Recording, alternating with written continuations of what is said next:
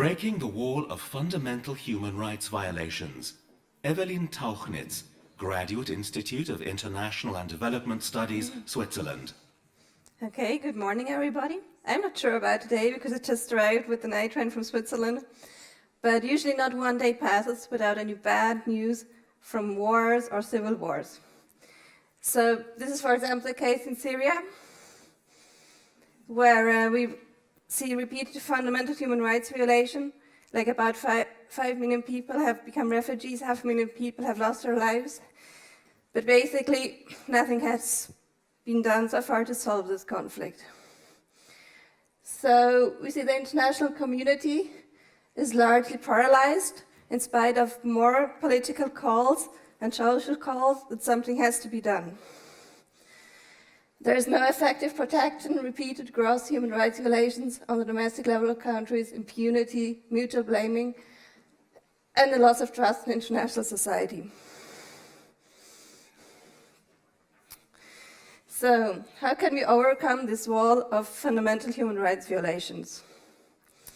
I would propose that it's much more important also to think about how people talk to each other, what negotiation strategies are employed, not only thinking about the content of the peace agreement or initiatives, but also about how actually we try to talk to each other.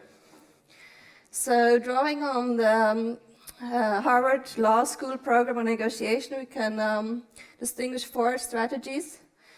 The first one is separating the people from the problem, which has a lot to do about different problem perceptions, showing empathy, emotions.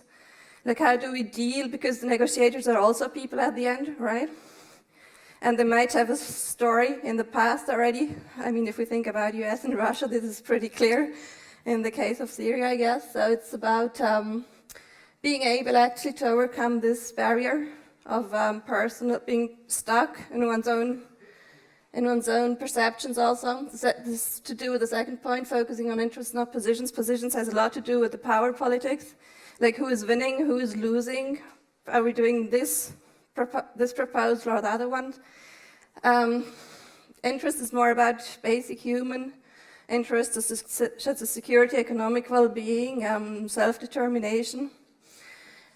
So focusing more on the interests which tend to be more combinable in a sense, inventing options for mutual gain. I mean, particularly military interventions do not promise so much there. There's always somebody losing and winning, so that would be really to get everybody on board, also the other side.